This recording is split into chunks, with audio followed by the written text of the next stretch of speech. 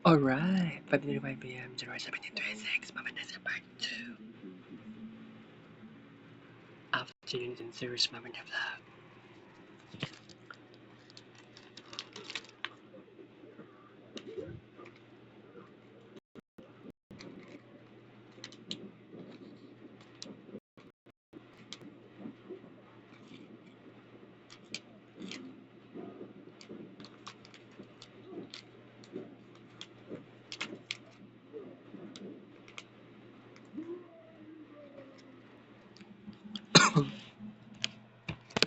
Sa isang lugar sa Russia, isang grupo ng mga bilanggo ang hinahatid patungo sa space station.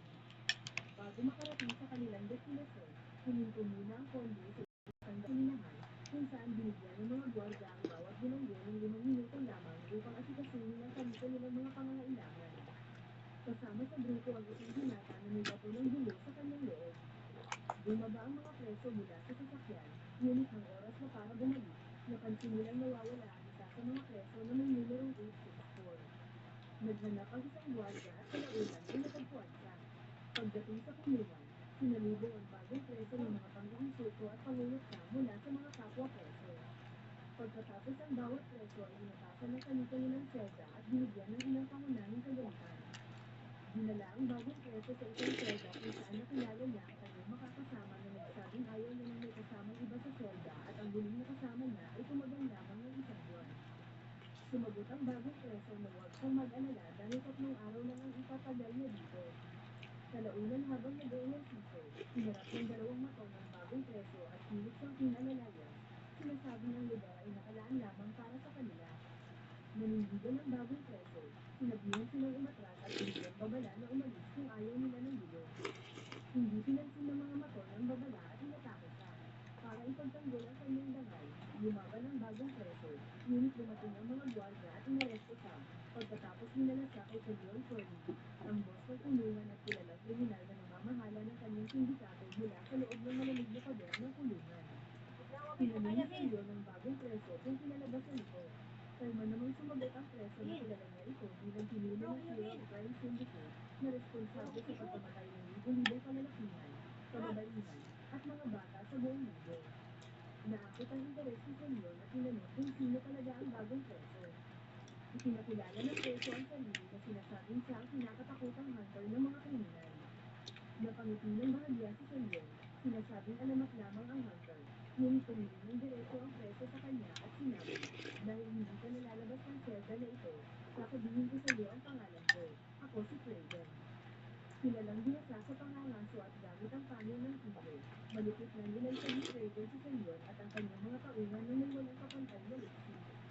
Matapos maisakatuparan ang kanyang misyon, nagpasya si Craven na tumakas sa kulungan. Dahil sa kanyang superhuman na kakayahan, halos madali na ang pagtakas sa kanya. Nalusutan niya ang mga harang, iniwasan ang mga bala, at inakyat ang napakataas na pader ng kulungan. Habang tumatakas, narinig niya ang tawa ng kanyang kasama sa selda na sumisigaw, "Tinutuon mo ang sinabi mong 3 araw ka lang dito."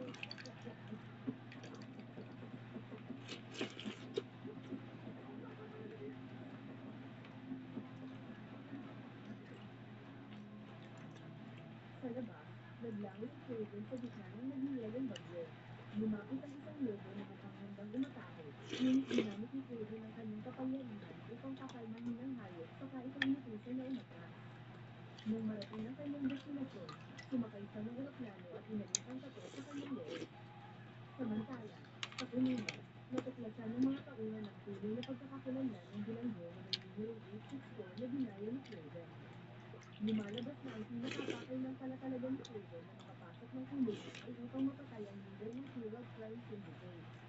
Ang pelikula ay bumalik sa 16 na taong nakaraan, kung saan si Craven na ang pangalan pa noon ay Sergey Dragunov ay nag-aaral sa boarding school sa United States kasama ang kanyang kapatid na si Dimitri. Dumating ang kanilang ama na si Nikolai upang sunduin sila. Habang nasa biyahe, ipinaliwanag ng kanilang ama na ang kanilang ina ay mahina na at may sakit sa pag-iisip na naging dahilan ng pagpapakamatay nito. Ang revelasyong ito ay naging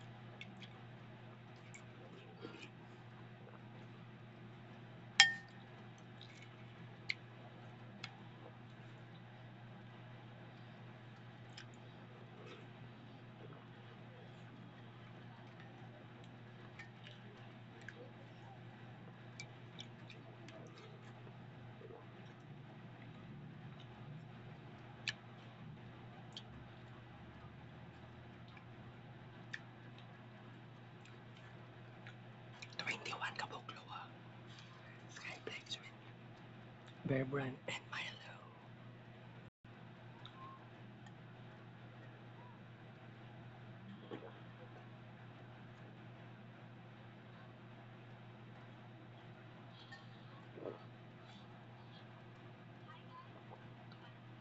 Isa kaluwa. Isa ka hiko. Welcome to Red Ribbon, home of the best birthday. This is delicious ice cream, more and salted caramel and selected jalapeno. Onam kandila.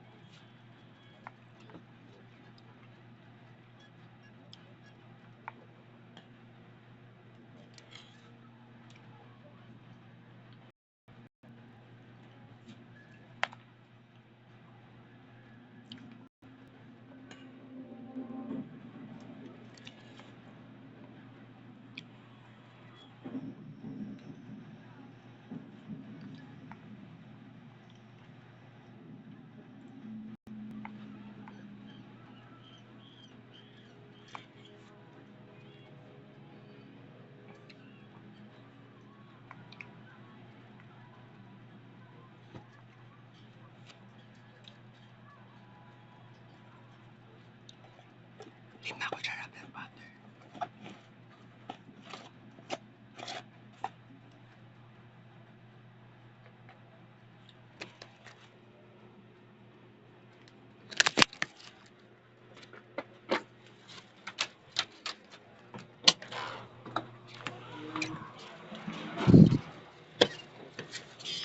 Buntis ng asawa ni Juan, uyab o asawa ni Charlie?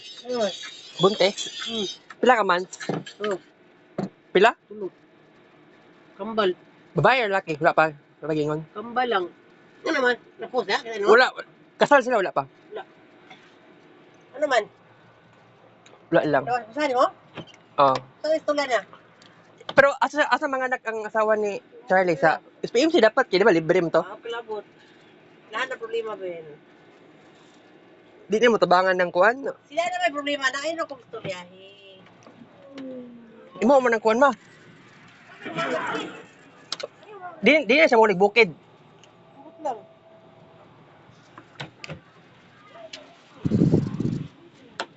Unsa?